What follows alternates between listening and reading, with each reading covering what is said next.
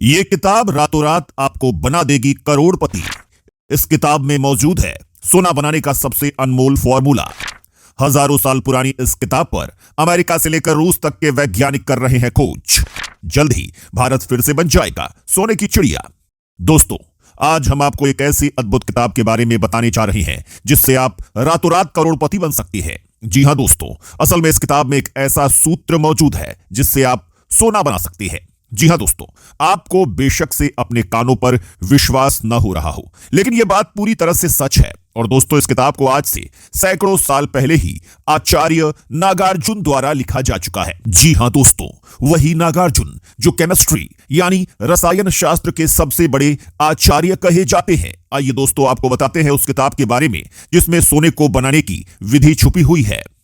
दोस्तों, इस किताब का नाम है रस शास्त्र और इस किताब में आचार्य नागार्जुन ने मरकरी यानी पारे से सोना बनाने की विधि के बारे में न सिर्फ बताया है बल्कि इसे अब पूरी दुनिया के वैज्ञानिक खोज भी रहे हैं। लेकिन दोस्तों, अब बात यह आती है कि नागार्जुन के पास पारे से सोना बनाने की यह अद्भुत कला आई तो आई कहां से। दोस्तों, इसके पीछे एक बहुत ही अद्भुत और हैरान कर देने वाली कहानी मौजूद है। दोस्तों, बात उन दिनों की है जब नागार्जुन नालंदा विश्वविद्यालय में अध्ययन किया करते थे। और दोस्तों, इस दौरान नालंदा और उसके आसपास के इलाकों में बहुत ही भयंकर अकाल आया और जिसके बाद वहां के लोग पूरी तरह से गरीबी में डूब गए। हालात इस कदर खराब हो चुके थे कि लोगों के पास खाना खाने के भी पैसे और अनाज नहीं बचे थे। और दोस्तों, यही कारण था कि नागार्जुन नालंदा और आसपास के इलाकों की हालत देखकर बहुत ज्यादा दुखी थे और उन्हें पता था कि अगर ऐसे ही चलता रहा तो वो दिन दूर नहीं जब नालंदा विश्वविद्यालय के साथ साथ आसपास के सभी इलाके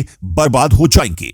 दोस्तों, उसके बाद नागार्जुन जी को एक बहुत ही अद्भुत ऋषि के बारे में पता चला जो समुद्र पार एक द्वीप पर रहा करते थे और जिनके पास सोना बनाने की अद्भुत कला मौजूद थी। लेकिन दोस्तों, उनसे मिलने के लिए हजारों किलोमीटर खुले समुद्र को पार करके ही जाया जा सकता था। लेकिन नागार्जुन जी के पास मयूरी विद्या मौजूद थी और दोस्तों, इसी के दम पर नागार्जुन कई हजार किलोमीटर लंबे समुद्र को पार करते हुए उस ऋषि के पास पहुंच गए। और दोस्तों, जब नागार्जुन को उस ऋषि ने देखा तो वो बहुत ज्यादा चकित हो गए और उनकी समझ में नहीं आया कि कोई इतने विशाल महासागर को कैसे पार कर सकता है। और जब नागार्जुन ने उनको बताया कि उन्हें मयूरी कला आती है तो ऋषि काफी ज्यादा खुश हो गए। तब उन्होंने नागार्जुन को इस शर्त पर सोना बनाने की कला सिखाई कि तुम्हें पहले मुझे मयूरी कला सिखानी पड़ेगी। दोस्तों, इसके बाद नागार्जुन ने उन्हें मयूरी कला सिखा दी और फिर ऋषि ने नागार्जुन को पारे से सोना बनाने की कला सिखा दी। और दोस्तों, उसके बाद जब नागार्जुन वापस